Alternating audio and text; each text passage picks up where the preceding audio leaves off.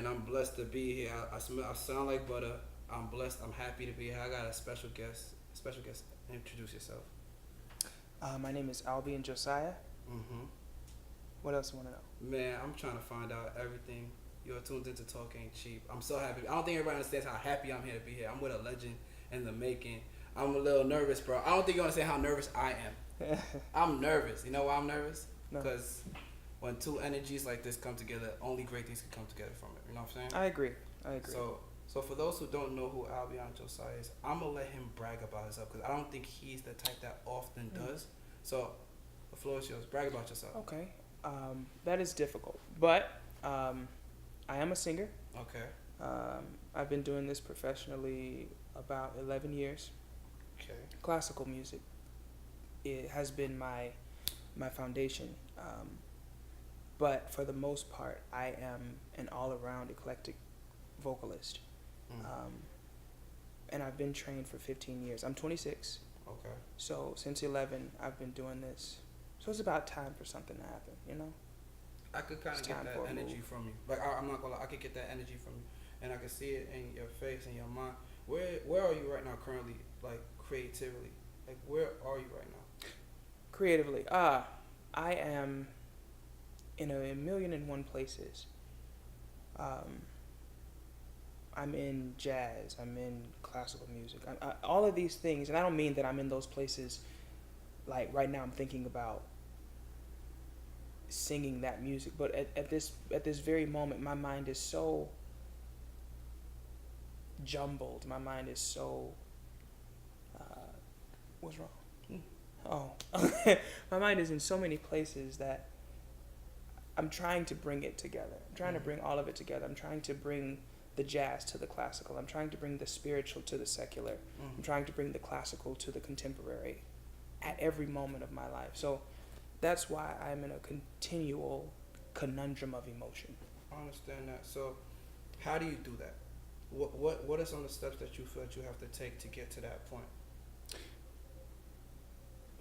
Being open-minded. Okay. I think that at a particular moment in my life, I could not bring those things together. I could not bring secular to religious, or I could not bring contemporary to classical because I was geared one way. I was told to do this. I was told to do it by the book, or I was told to do it according to the standards of a church or a religious thing.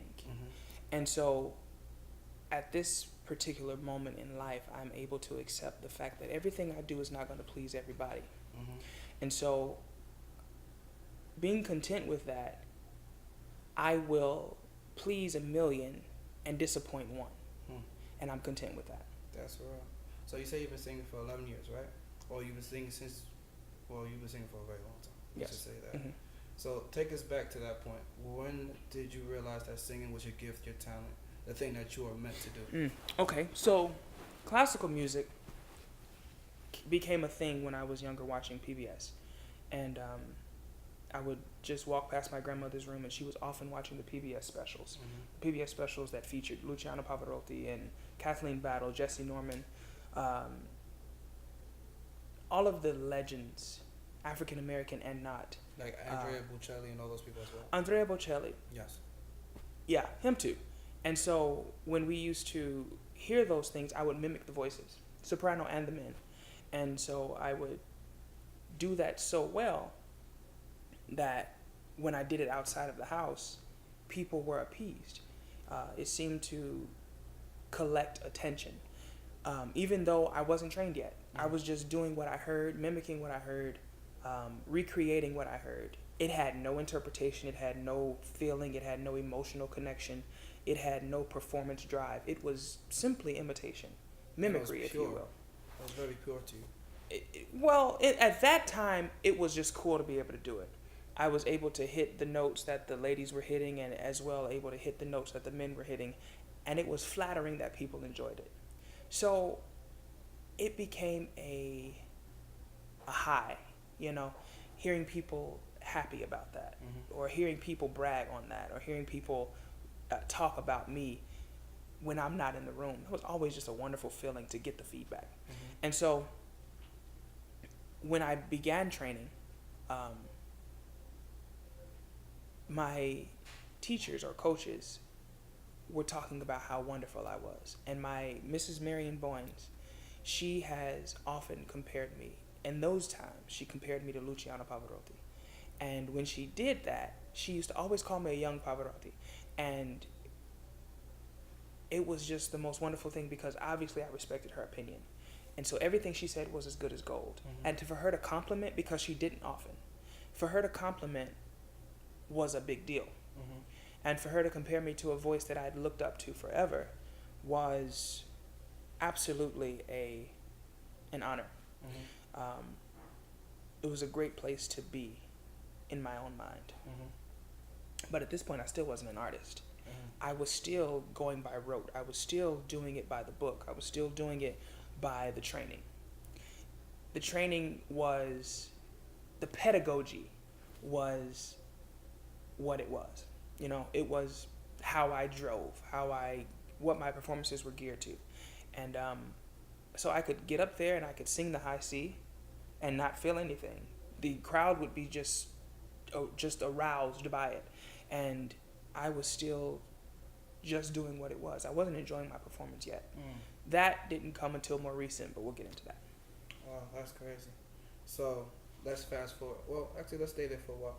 What was your childhood like? Because to be such a young age and have this kind of talent, this kind of voice, how did you balance that out while still having a childhood and still doing things that children did? My grandfather is the reason that my childhood was as wonderful as it was. He had a lot to do with my cultural diversity. He had a lot to do with me seeing the world. He had a lot to do with my perspective on outside or outdoors. He had a lot to do with my perspective on traveling. He had a lot to do with my perspective on universalism.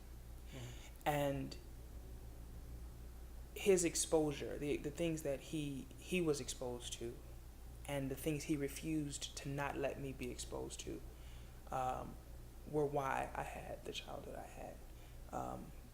Even from those experiences, catching an 8-foot nurse shark that is on the wall in my grandmother's house, to camping in the backyard, you know, things like that have so much to do with why I am who I am right now. Musically, academically, you know, philosophically, and even religiously. His approach and appeal has a lot to do with why I am who I am. I like that. So let's talk. We spoke a little bit about musically, but what are some of your biggest accomplishments? If you had to say, like, I accomplished this and I'm happy with this, what are those things that you feel you have accomplished at this point in your career? My largest accomplishments. Give me a moment. I like that.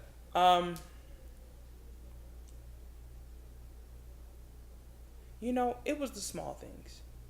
I think that my biggest accomplishments. I have accomplishments that are grandiose. And, like what? And being in international opera companies, living abroad to perform, teaching overseas, teaching music overseas, teaching students, now adults, here in the Metroplex, and all those things that I've done in the professional arena have been wonderful accomplishments.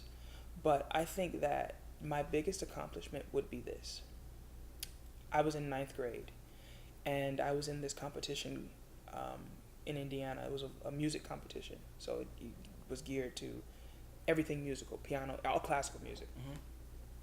And I was a freshman, and I sang The Trumpeter by Arlie Deeks. And I worked only in my voice lessons. We were supposed to take our music home, and we were supposed to do homework. We were supposed to practice at least an hour a night. We weren't supposed to come back to our lesson until we had 5 hours of practice, at least, because it was high school. So I didn't do that.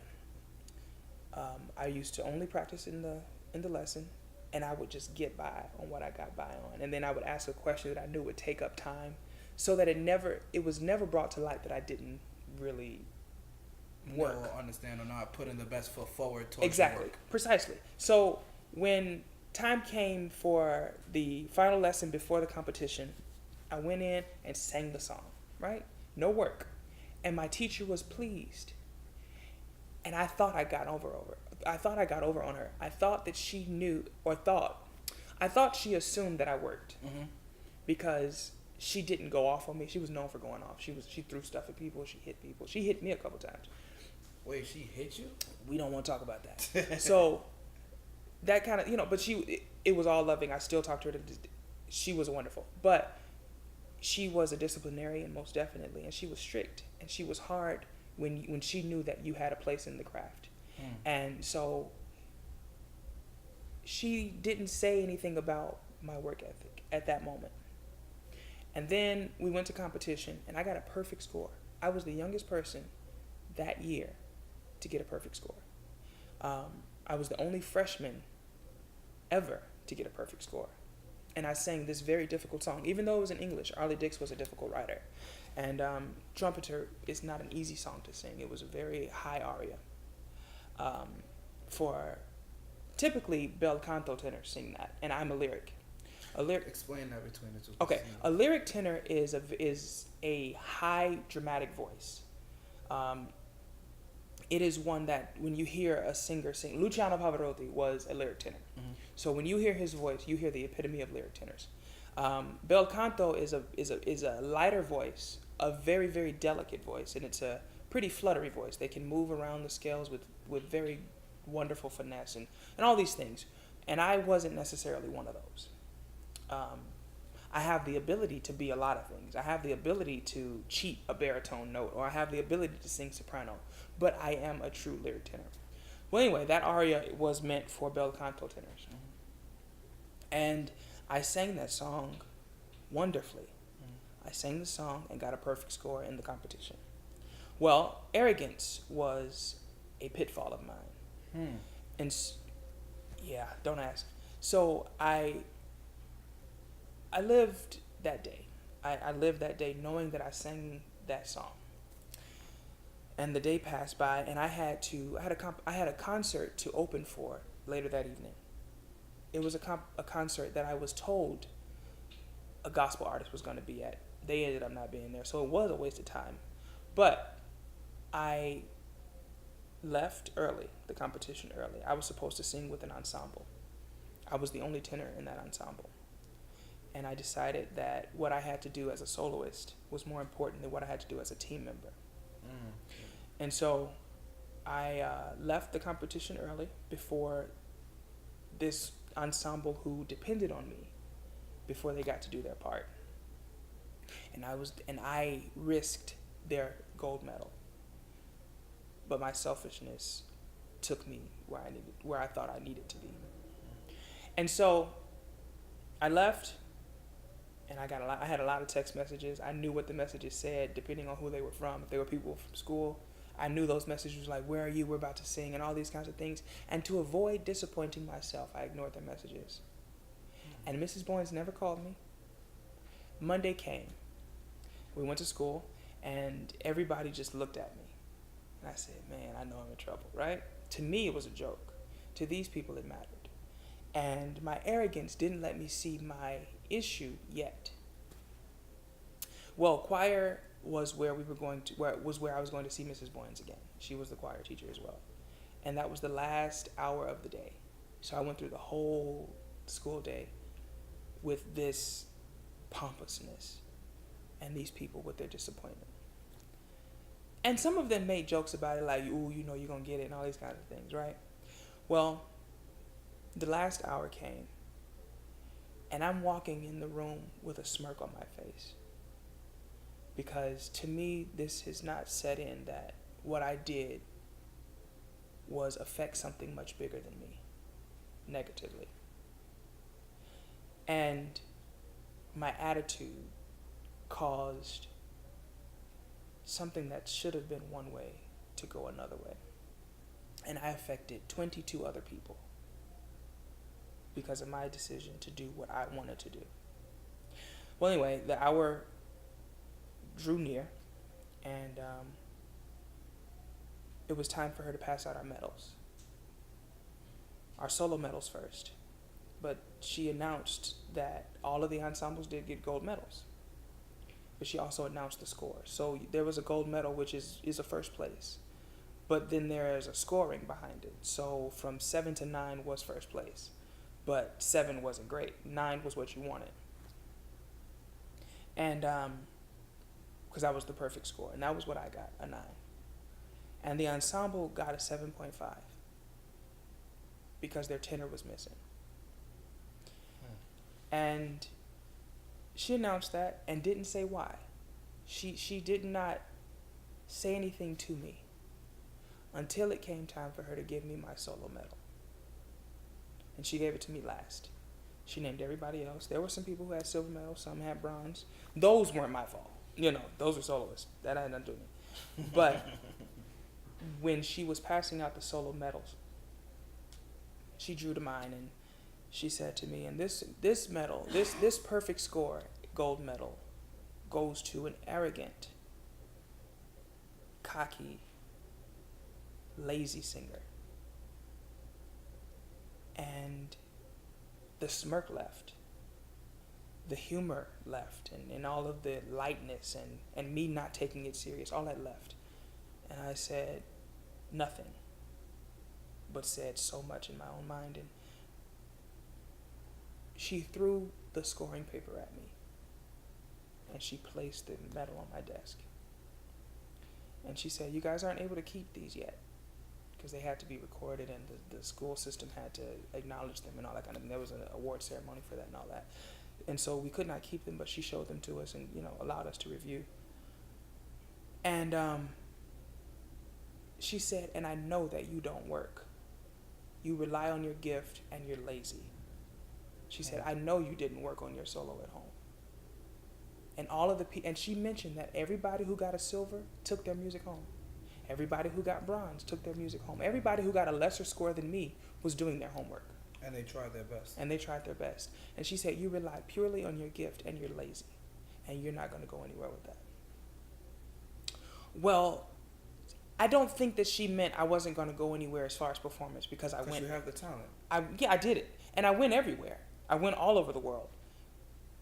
But it wasn't until it was so much intuition went into that and so much foresight went into that.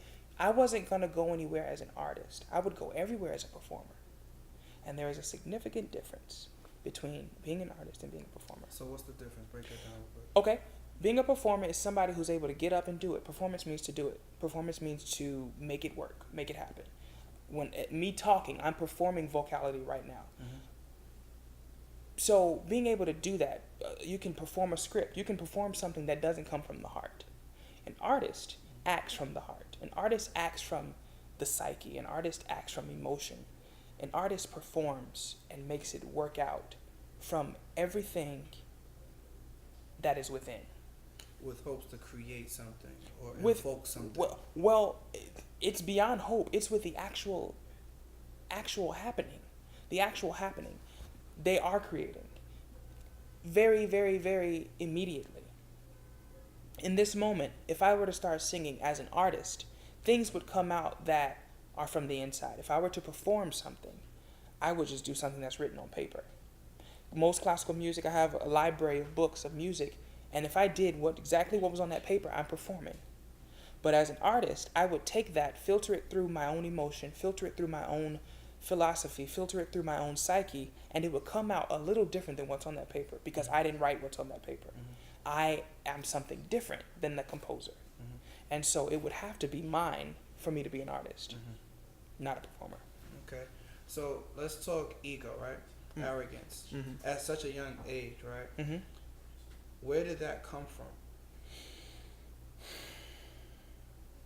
Was it the fact that you knew you were better than everybody else? Was it the fact that you knew you had a natural talent? Was it the fact that you understood that you had a gift that a lot of people would dream about that came naturally?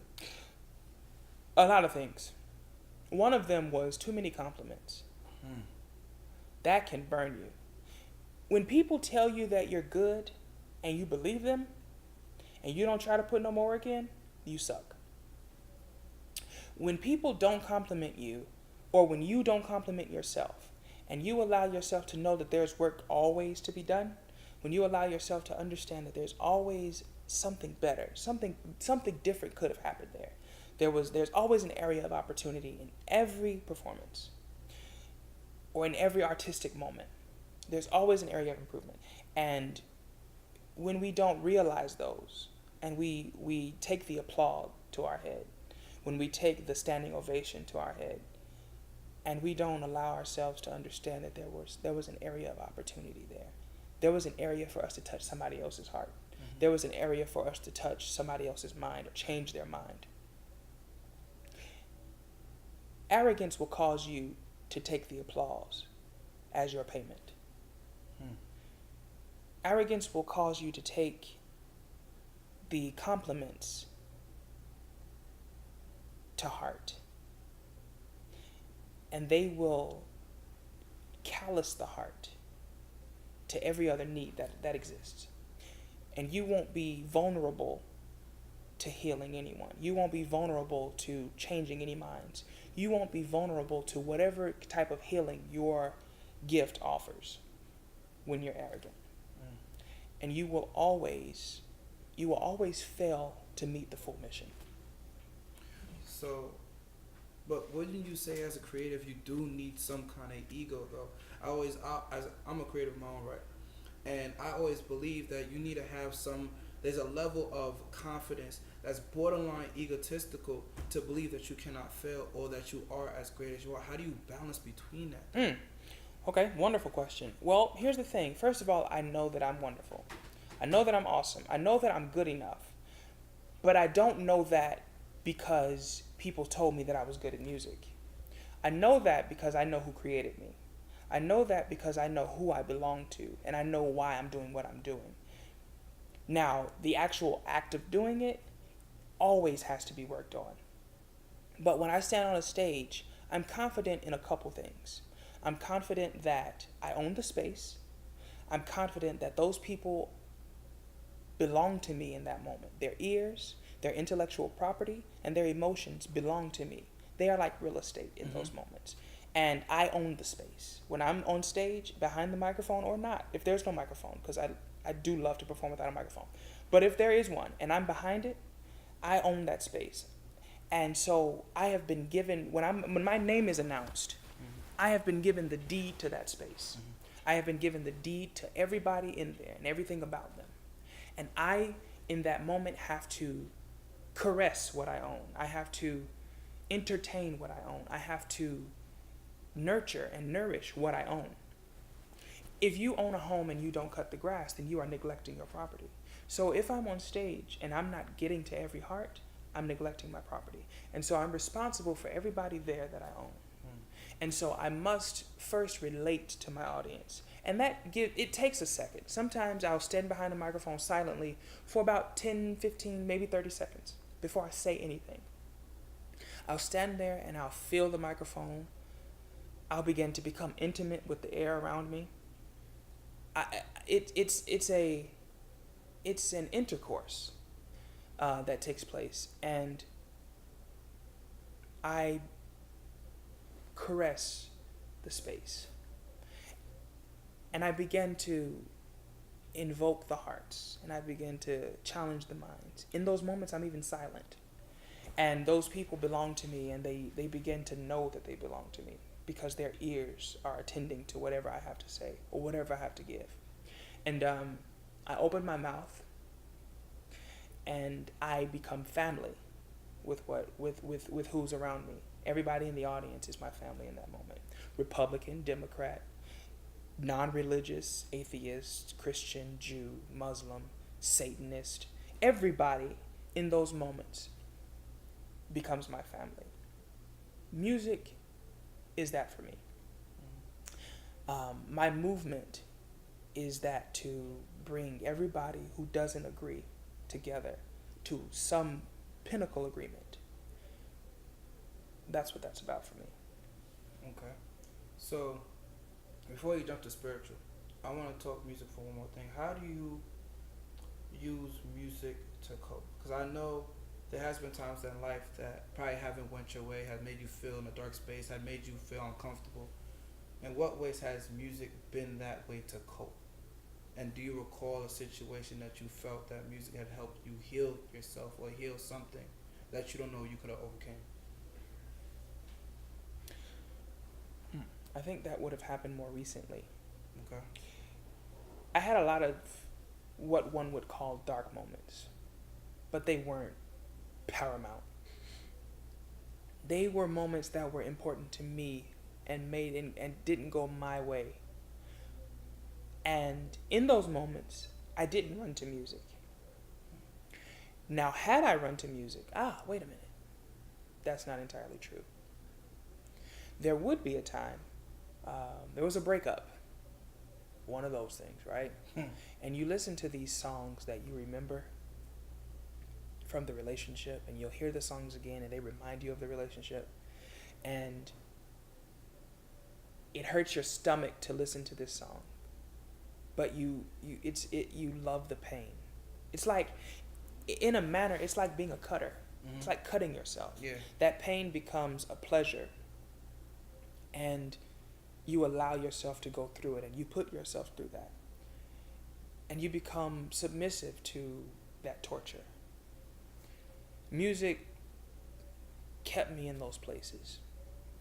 And then there would be a time when I would sing a song of my own choice. A song absent of that pain. And it would totally reverse the situation for me. And I would be in a much better headspace. But then I'd go back to cutting and listening to those songs that I remember from those turmoil, from that turmoil, or from that terror, or torture. You know, I would run back to it. I would never let myself heal for real. So when music, more recently in the last year and a half or so, I fell back in love with it. It began to be able to heal me again. And it wasn't necessarily a song in particular. It was just my ability to let it out. My ability to do it. My ability to create the sound. That was when music could start healing me.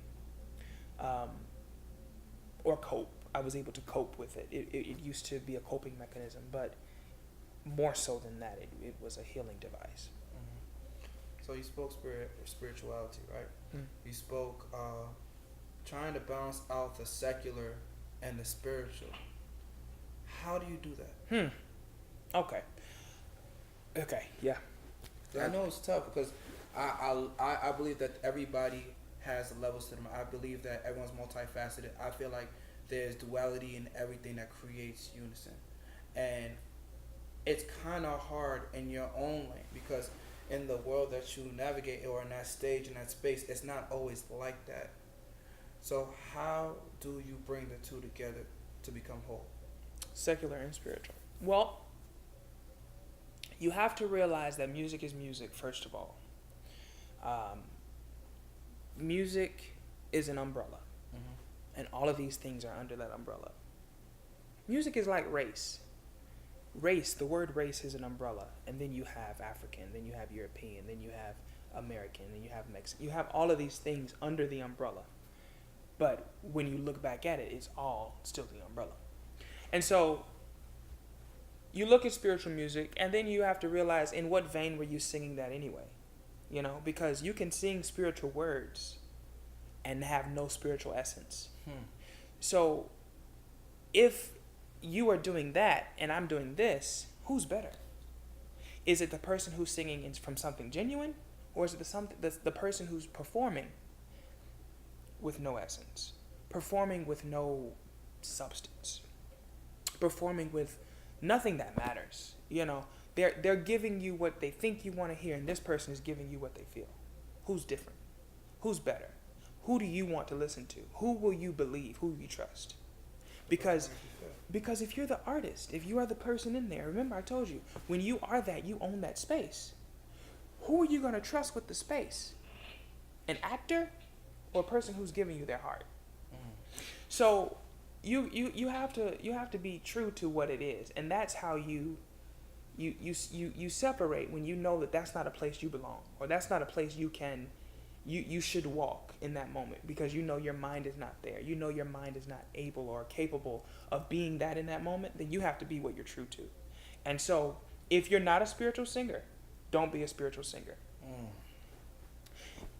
But then over here, you're not wrong, because we're not bringing in anything horrible, right? We're just not saying the name Jesus, or we're just not saying God. But we're over here and we're still spreading a message. Because here's the thing, the whole book of Solomon in the Bible did not say Jesus. It was a long book of love songs. So people like Luther Vandross and Stevie Wonder were onto something, because these things caused hope and love to spread. Michael Jackson even as well. They're not spiritual singers, but they had messages that spread farther than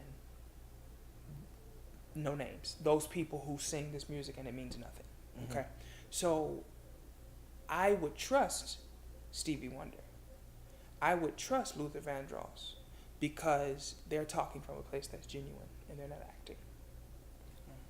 So Alvin, where are you right now, and what is your end goal? If you were to say that I'm here and I'm trying to make this point because my end goal is this, what would that be?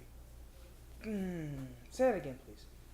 Where are you currently at right now in your creativity? And I'm saying that more like as an artist, as someone who's a creative who actually genuinely feels. And what is your end goal? What is the thing that you want to leave behind, your message, your grand finale, to say, like, what is that thing for you?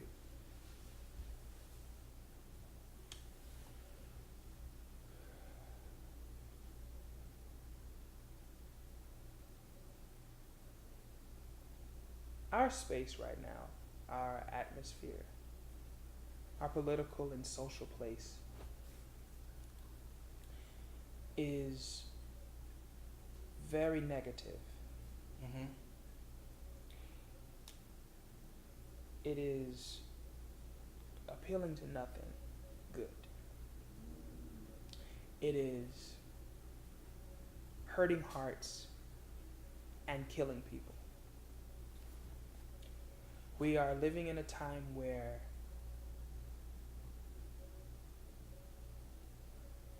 a white person can kill a black person and nothing happen. Just like when the Ku Klux Klan would run rampant in places like Mississippi and Georgia. And they would hang black bodies from light poles and trees in neighborhoods where children on their way to school would walk out the door and they'd see their neighbor, see an old friend. They'd see their dead body, lifeless body, hanging for nothing, for a crime they did not commit, for something they were accused of that was not true to them. Mothers with their children. People like Emmett Till and Sandra Bland and Trayvon Martin. These are our real stories.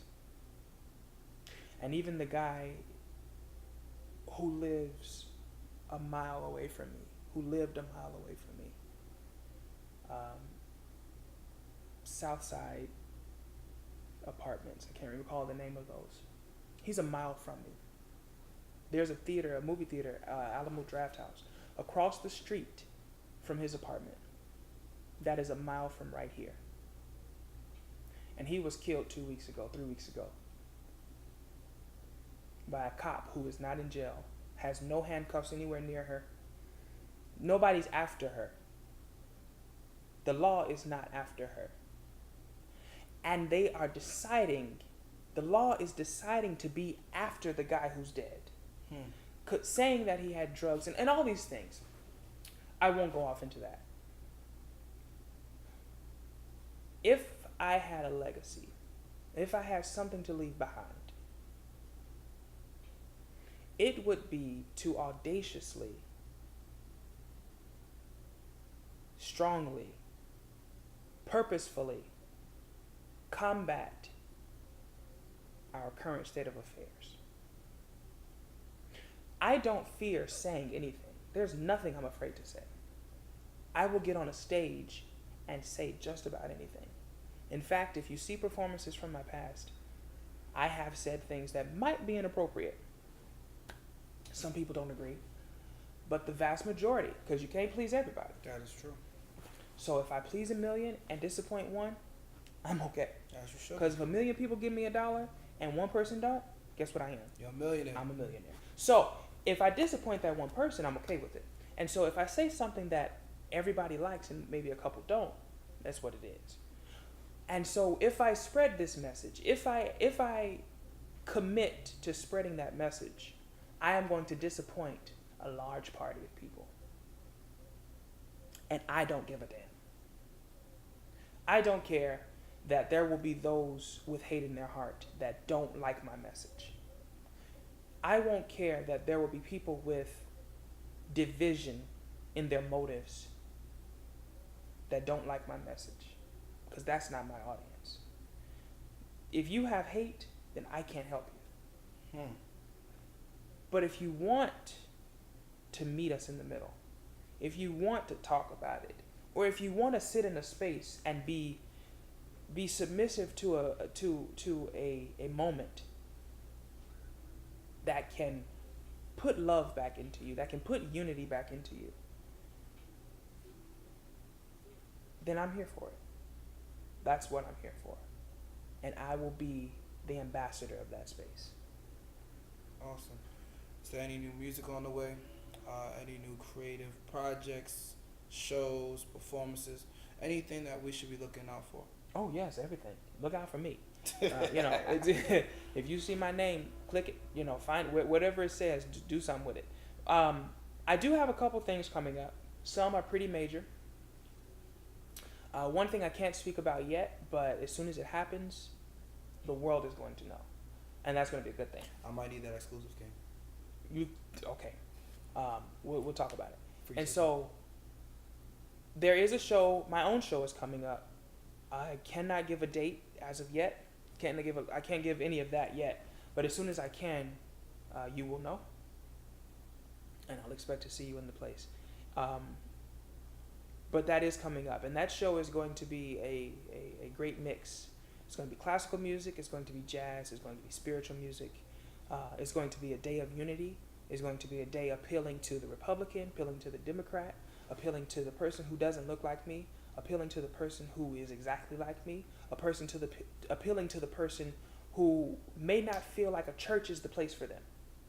It's going to appeal to the person who may not feel comfortable around certain people. I'm okay with it, because this is a time for us to be in that space. Mm-hmm. This is a time for us to be in, especially today. Mm-hmm. Especially today. This is a time for us to be under one roof and have a conversation. And that conversation doesn't have to include any of them. I can do the talking. I can do the talking. And I'll do the talking straight to their hearts and minds. And I'll be effective, because I know how to do that. Wow. I have one last question, and after that we're going to go get some food or something like that. Opera, classical music, those are spaces that traditionally aren't filled with people that look like us. Mm-hmm. How do you navigate through those spaces? And I'm not just talking about as a person, a performer, but even in business. How do you navigate through those spaces?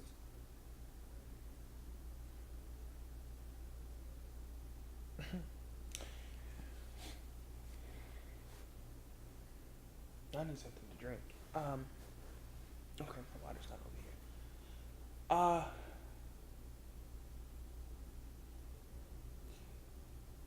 Let me be true. People who look like us, yes. Let's talk about the people who look like us and what they're equipped with. Let's talk about it. The African American anatomy is created as an instrument. Our sinus cavities are wider than any others. Our nasal passages are wider than any others. Our vocal boxes and everything that makes up the vocal tools in an African American are more prominent, more dominant, more intricate than any others. We are created to be the voice,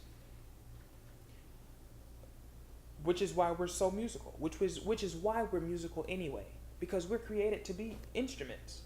So when you talk about us being in the field, we've always been in the field. We've always been classical singers. We've always been able to do it. We African singers were doing African music before Europeans were. So Western music is what classical music is. It's the Western singing, Western style. And so they are not the first to do it. That's our truth. The truth is, they weren't the first to do it. Africa was. The African singer, even if you listen to like Lady Smith and Black Mambazo, that group, you'll hear people there who have no training, but they can give you a show far better than anybody else, because they know how to do it. They're born with it.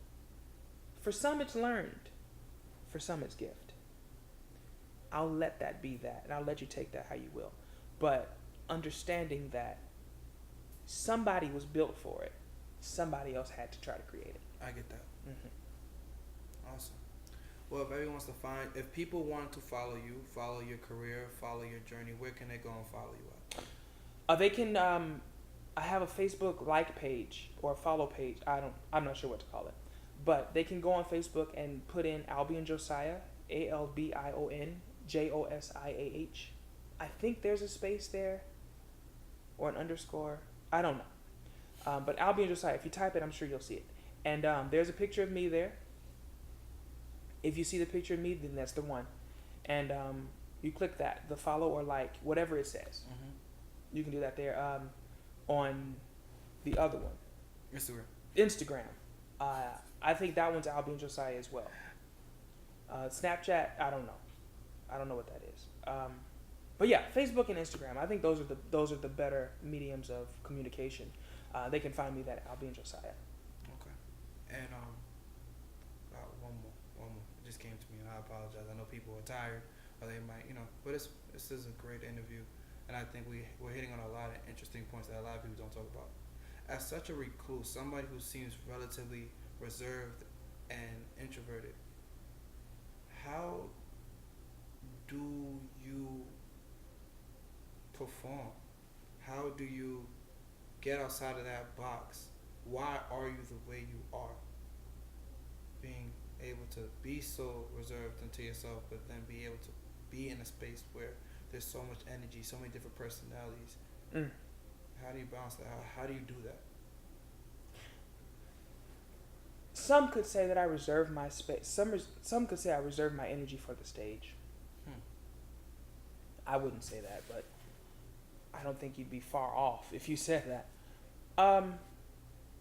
My mind is always on the various stages. And stages don't always mean lights. Stages don't always mean a microphone. Stages mean who you are every day. Your performance is your daily life.